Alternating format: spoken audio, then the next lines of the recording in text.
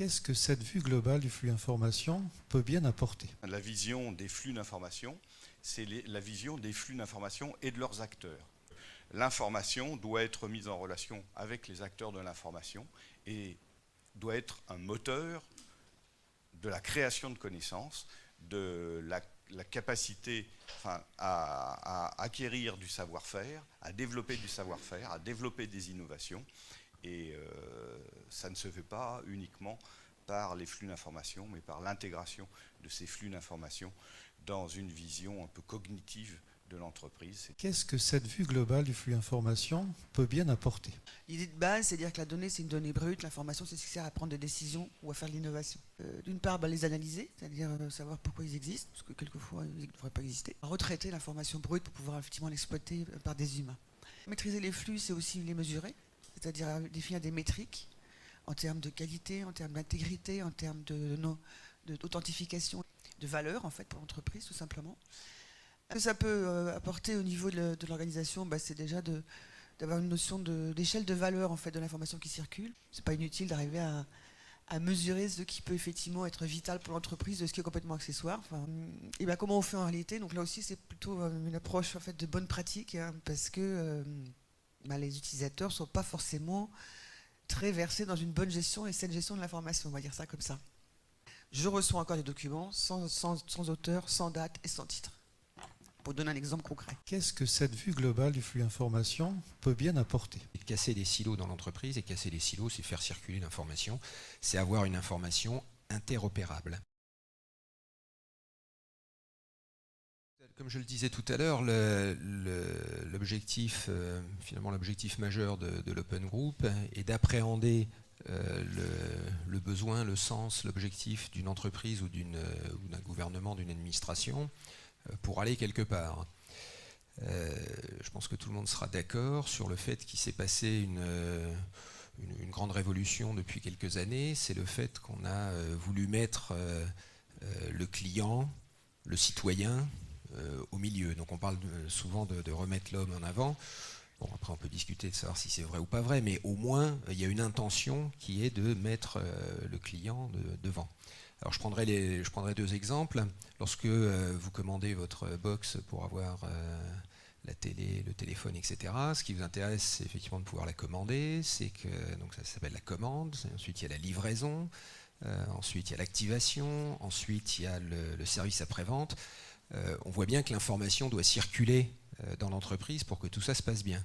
Alors, je pense que si on discute tout à l'heure de la façon dont ça s'est passé pour chacun d'entre vous, on s'apercevra rapidement qu'il y a sans doute des silos dans les entreprises parce que ça ne se passe pas toujours aussi bien qu'on l'aimerait. Donc la première objectif est de casser les silos dans l'entreprise, et casser les silos, c'est faire circuler l'information, c'est avoir une information interopérable. Je pourrais prendre l'exemple du Canada que j'avais commencé à prendre tout à l'heure. Qu'est-ce qu'a fait l'administration canadienne? Elle s'est dit, qu'est-ce que c'est qu'un citoyen? Quels sont les services que l'on doit produire? Dans certains cas, il y avait 80, 100 ou 150 définitions d'un même service. Bon, c'est mieux s'il y a une seule définition du même service, c'est mieux s'il n'y a pas 500 définitions du citoyen. Donc on voit bien une fois de plus que la notion sémantique a de l'importance.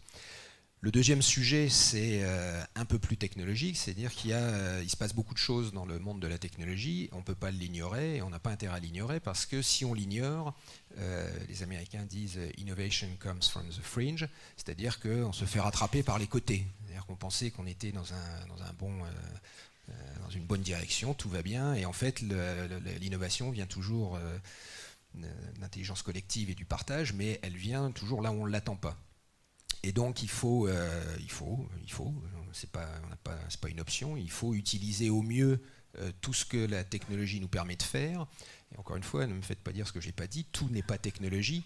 Il y a aussi, on a parlé des capacités, la capacité de l'entreprise à innover par exemple, c'est-à-dire à faciliter le travail collaboratif. Mais au final, alors là je vais peut-être faire hurler certaines personnes, mais le big data, par exemple, me semble être une vraie révolution. Je prendrai l'exemple de Waze, que vous connaissez peut-être, la capacité à traiter en temps réel de l'information pour dire à des usagers il y a un bouchon rue La Boétie. Ça, je pense qu'il y a 10 ou 15 ans, on ne pouvait pas le faire. Aujourd'hui, on peut le faire. Donc on crée Waze les jeunes créateurs de Waze ont gagné quelques milliards. Donc ça veut bien dire qu'il y a des potentiels derrière la technologie, mais encore faut-il être en mesure de les faire émerger. Voilà. Et donc le TOGAF aide à organiser cette intelligence collective. La première chose, c'est cette notion de médiation, c'est-à-dire que ce lien entre toutes ces organisations opérationnelles se fait au travers des flux. Un truc aussi important, par exemple nous qui travaillons dans un monde international, le flux est générique et universel, c'est-à-dire qu'il permet de discuter avec des applications qui sont si bien situées en France que situées en Inde ou à Kuala Lumpur, et ça d'une manière totalement transparente, disons, en tout cas on essaye de le faire.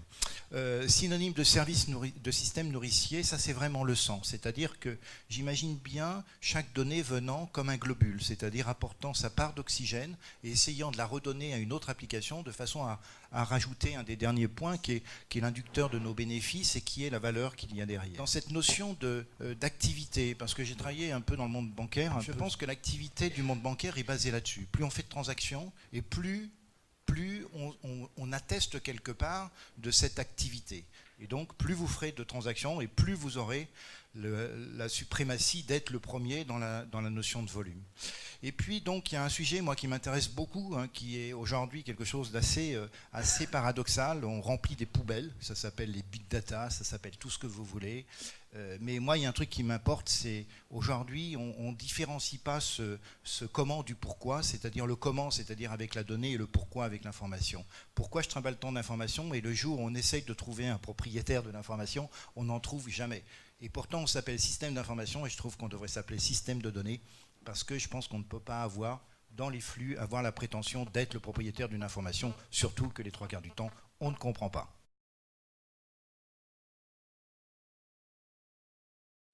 Alors, le RSSI, l'information numérique. D'abord, qu'est-ce que c'est? On parle, nous, d'actifs informationnels, parce qu'on prend un mot, le terme d'actif, c'est un mot qu'on trouve dans la gestion des assurances, dans la gestion des risques, dans les termes financiers. Pour bien marquer cet aspect valeur, on l'a qualifié de informationnel parce qu'on est sur le terme numérique, mais le terme actif recouvre à la fois du physique, des machines, des serveurs, des PC, et évidemment le contenu de ces machines dans des bases de données. L'autre élément de valeur d'un actif, hein, c'est la maîtrise de sa diffusion. L'information, elle n'est pas là pour rester dans un PC qui est éteint à l'intérieur d'une cage de Faraday pour être sûr, et on a enlevé la batterie du PC. C'est bien pour qu'elle puisse circuler. Mais cette circulation, cette diffusion de l'information doit absolument être maîtrisée pour que les ayants droit de cette information l'aient au bon moment et avec la qualité voulue, et que les autres personnes, ceux qui n'en ont pas le besoin, n'y ait pas accès à cette information. Développer la culture de la maîtrise d'information, c'est agir sur l'élément mise en œuvre des comportements par les personnes. C'est un travail là de tous les instants qui est très difficile, de tous les instants et à tous les niveaux de la pyramide de l'entreprise. Nous avons nous aussi le même souci. Lorsque nous contrôlons par exemple quelqu'un, il y a un souci d'anonymat et de contradiction. Et là, c'est extrêmement difficile. Je vais vous donner un exemple très clair qui nous est arrivé et qui a posé beaucoup de problèmes. La Cour des comptes a vérifié 2 fois de suite le port de Marseille. Il y avait donc des gens qui étaient mis en cause puisque la gestion était mauvaise, comme vous l'avez peut-être vu si vous avez entendu parler du rapport. Or, avant que le rapport soit publié, les droits du citoyen qui est contrôlé demandent à ce qu'il y ait une procédure secrète. Pourquoi secrète? Non pas parce que le citoyen ne se fait pas entendre, bien au contraire, mais pour qu'il n'y ait pas de pression. Et nous nous sommes aperçus très facilement qu'il y avait de très nombreuses fuites, notamment sur ce rapport. Donc on s'est posé la question, quel est le compromis de sécurité? On s'est aperçu que le compromis de sécurité est à l'extérieur de l'entreprise, c'est-à-dire pour nous la Cour des comptes. C'est tout simplement l'un des syndicats du port de Marseille qui a publié les pré-rapports et nos conclusions. Donc là, on peut faire tout ce qu'on veut en sécurité. S'il n'y a pas de partage et, comme vous dites, un peu de compromis avec les personnes avec qui vous discutez à l'extérieur, c'est extrêmement complexe. Et à ce moment-là, on revient à une conception fermée de la sécurité, au mot de passe dont on parlait. C'est quelque chose qui est, pour nous, en tout cas, très difficile. Complément ? Oui, juste un petit rebond sur l'affaire, effectivement, port autonome de Marseille et Cour des comptes. Hein. Là, j'aurais dû le préciser et prendre quelques secondes de plus tout à l'heure avant de faire sonner la cloche, sur la notion d'entreprise étendue. Tout le discours que j'ai pu faire, il faut l'appliquer non pas à l'entreprise PSA Peugeot Citroën, mais à l'entreprise étendue, c'est-à-dire l'entreprise cœur et ses partenaires, fournisseurs, prestataires. Et donc là, vous étiez dans cette situation d'entreprise étendue. Ça complique, effectivement, la mise en œuvre complique parce qu'on doit passer par des contrats. Les solutions technologiques ne sont plus forcément compatibles, mais il faut organiser tout ça. Oui, Dominique Doignon à la Cour des comptes avec Maïté Le Chaffetec. On voudrait dire qu'on adhère assez bien à la vision de Madame Leloup, c'est-à-dire séparer le bon grain de l'ivraie et, je reprends vos termes, éviter de se noyer dans les flux. Nous avons une problématique qui est peut-être partagée par vous, je ne me rends pas compte, parce qu'il y a plus d'entreprises ici que d'administrations. Donc nous sommes une administration un peu particulière, on est à la Cour des comptes, donc c'est un tribunal. Nous avons des types de flux d'informations extrêmement variés. C'est-à-dire qu'on a des flux récurrents, comme tout le monde, mais on a des flux nouveaux sans arrêt. Un jour, c'est l'industrie nucléaire, ensuite c'est le tabac, ensuite c'est les finances locales. Et donc, pour se retrouver dans ce flux d'informations, pour revenir à votre préoccupation, Madame Leloup, il est impossible pour nous d'aborder un flux d'informations sans un référentiel métier qui lui est supérieur. Sans ça, on ne pourrait jamais exercer cette fonction. Il nous a demandé de savoir si l'argent public est bien employé. Mais l'argent public, vous le savez maintenant aujourd'hui, on le sait de mieux en mieux, est dépensé par de plus en plus d'acteurs qui ont chacun des objectifs, qui normalement doivent être dans leur référentiel. Et c'est pour ça que je suis surpris par votre question, monsieur. Vous disiez que le référentiel est mort. C'est-à-dire qu'on n'accorde plus assez d'importance au référentiel, ou j'ai mal compris ce que vous disiez? Je crois que le référentiel est un moyen, mais ce n'est pas une finalité. Quand je dis le référentiel est mort, c'est l'intégrisme du référentiel. C'est-à-dire que dans Cobit, il y a des choses superbes, il y a des choses moins bien, dans ITIL, il y a des choses superbes, il y a des choses moins bien, dans CMMA, et ainsi de suite. Mais globalement, la finalité, c'est de faire de la valeur pour l'entreprise, pour les hommes qui la constituent, et de l'argent pour l'aspect de l'économie. Et quand je dis le référentiel est mort, c'est le référentiel unique, c'est-à-dire ITIL est mort, Cobit est mort. Ce qui est intéressant, c'est la finalité de l'économie et l'adaptabilité au monde extérieur. Prenons plutôt les bons outils au bon moment, quelle que soit leur marque qui s'appelle ITIL ou un autre. Revenons sur des fondamentaux qui sont vraiment pratiques. Et arrêtons de parler de processus pour parler de processus. Le référentiel est mort, il faut prendre l'ensemble des référentiels, arrêtons l'intégrisme vertical. C'est toi, Eric, qui parlais, je crois, des silos. Je pense qu'on l'a, même chez nous, je veux dire, là-dessus, quoi, je veux dire. Alors effectivement, sur l'intégrisme des référentiels verticaux, je suis tout à fait d'accord avec vous. Mais si vous voulez, quand on contrôle par exemple une association d'utilité publique, on doit d'abord se concentrer sur son objectif, sa vocation. Que ce soit par exemple la lutte contre la balle, le cancer, les accidents de la route, tout ce que vous voulez. Et à ce moment-là, nous considérons que l'association va utiliser son argent dans ce qu'on appelle un compte d'emploi. C'est-à-dire, est-ce qu'elle est bien employée? Si vous avez donné pour le tsunami, est-ce que c'est bien dépensé pour le tsunami? Ça, c'est l'objectif, la vocation, on peut l'appeler comme on veut.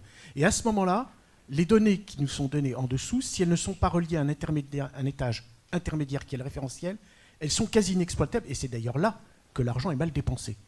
Donc je pense malgré tout que le référentiel est nécessaire. Nous en avons une conception un peu restrictive, elle ne sera probablement pas influencée par le monde de l'industrie. On considère qu'un référentiel donc, est relié, je pense que je vous dis, à un objectif stratégique, qui doit être clair, qui doit être compréhensible par tous. C'est au-delà du terme métier, c'est presque philosophique. Ensuite, le référentiel, c'est un vocabulaire structuré destiné à un usage et à un groupe. Si ça n'existe pas, à ce moment-là, les processus ne pourront pas être analysés. Le débat, en fait, mettait le doigt sur la partie globale. Et la partie globale, soit vous êtes des multi-experts de tous les référentiels et vous passez votre vie et peut-être une dizaine de vies supplémentaires à apprendre tous les référentiels, soit effectivement vous regardez ça avec une vue un petit peu transverse. C'est ce qu'on essaye d'amener. On essaye de vous sortir en fait des référentiels. On essaye de vous dire qu'il y a un autre monde entre ces silos et celui-ci il est peut-être intéressant pour répondre à un certain nombre de problématiques. Par contre, ça ne va pas répondre à des problématiques techniques derrière qui ont besoin d'avoir une équation analytique, factuelle, sur la base d'un référentiel bien maîtrisé, et ainsi de suite. Et je pense qu'aujourd'hui, on va enfin comprendre qu'il y a des hommes, disons, je pense que c'est la découverte du XXIe siècle, et dans lequel on découvre enfin qu'il y a des hommes dans les entreprises et qui peuvent être à valeur. Et je pense que ce droit coutumier a permis de montrer qu'on pouvait avoir un référent, mais qui était un référent beaucoup plus humain que de principe. Et aujourd'hui, moi je vois dans nos métiers, le référent réel, il est vachement difficile à estimer, spécialement dans l'IT, entre autres.